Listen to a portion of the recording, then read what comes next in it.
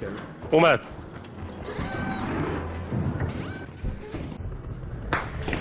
Are Rafu! Did you see that extremely cool leaper going on top of those raiders and making them the Willem Dafoe in the Van Gogh movie? That's such a nerdy reference. No one's gonna get that.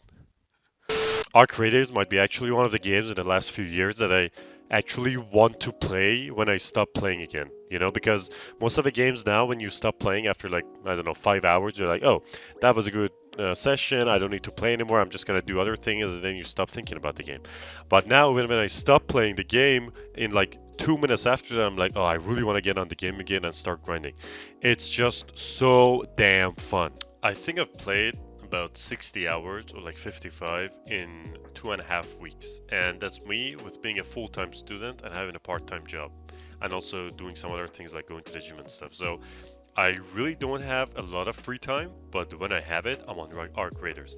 Because right now I'm also playing Death Stranding 2, but that game is just on the side because most of the time I'm playing Arc Raiders with a friend, and it's just so freaking good and so satisfying, it's crazy. And on the surface, it's not something very complicated. It's just another extraction shooter, which have been very trendy in the last couple of years. You started with Tarkov basically, but then you even had Call of Duty with Modern Warfare 2 going into it with the DMZ mode, which honestly was not really good. It's something that's been tried again and again, but this one is different for multiple reasons. First of all, the PvPvE is actually real. Right now in the first script that I showed you in the beginning of the video, you can see how the environment actually has an effect while you're shooting other people. So everything is happening at once, which makes it great because a lot of the games in this setting, it's everything happens separately. So you either engage in PvP format or PvE. But this one, everything's all at once. So you really have to, first of all, pay attention to your surroundings, and you can actually use your surroundings to your advantage. And one very interesting thing in this scenario that happened is that we threw a lure grenade, which basically attracts the arcs or the robots that are called in the game, if you haven't played the game. And the other team also has a lure grenade, and they throw that to us, so the leaper jumps to us, which just makes the whole scenario much different than just taking out your gun and then trying to get a headshot, and whoever does the most damage win. And honestly, when it comes to being creative, that's just amazing. Another thing that, in my opinion, makes the game incredibly fun is the amount of choices that you have in the game. For example, you don't need to engage with everyone, with every bot. You don't need to actually follow the same way of the last raid that you did. You can just go completely different ways. For example, if you see two raiders and you're behind them, you can just warn them instead of shooting them in the back, which is pretty nice because the proximity chat is just so fun, and the players actually care about talking, which is really nice. And that leads to other things, for example, to teaming up and taking down a really big robot that has loot for everyone. And you can see the example here. Guys, are you friendly? Hello? If you're friendly, please start talking. Okay, okay. We're good, we're good, we're good, we're good. We can help you with the... Alright. We can help you with the bastion, we can help. We can go behind it and shoot the thing. We'll go behind it.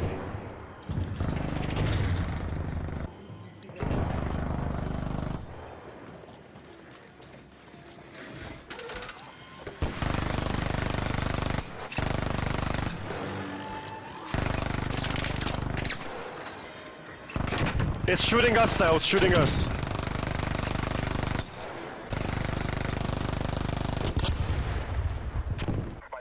Is it dead? Let's go, let's go. GG's. You take some, we take some.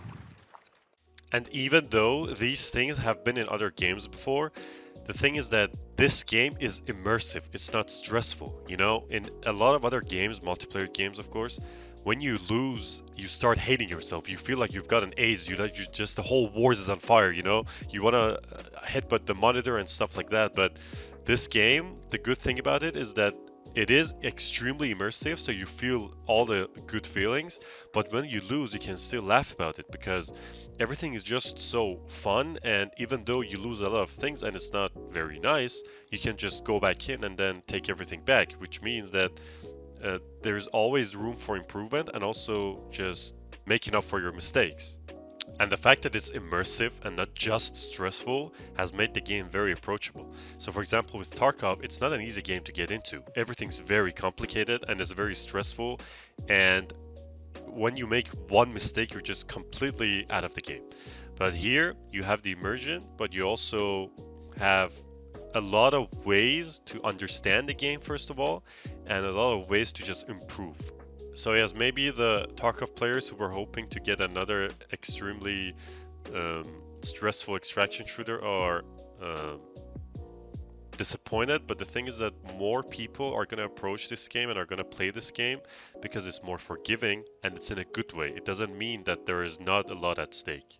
And this all makes sense when you understand that the people behind this game and also the finals, the Embark Studios, are from the peak Battlefield era. They left just before Battlefield 5 or Battlefield V, whatever you call it, because they had creative differences with the directors of EA at that time. So they left the company when they just made Battlefield 4 and 3, which were honestly, I think is the peak Battlefield gaming and maybe just peak multiplayer gaming on its own. And they've made this game, and it all makes sense because the philosophy, the way things work in the game, the elements of the game, they're all extremely top-notch and well thought, which is something that you don't see that very often anymore, especially in AAA games. So this being not a AAA game and still delivering on this scale is honestly amazing. Like the sound design, the weapon design, the world design of the maps, it's just so good. You have a couple of maps, they're all so different. There's a lot of layers to them. For example, Stellamontes, there's literally layers to the map, and it's so cool and also so terrifying to like run into other players, run into the fucking squids, the shredders. They're so scary and they're so fun, and they just buffed them for some reason recently, which makes them even more scary. But honestly, it's all just really great.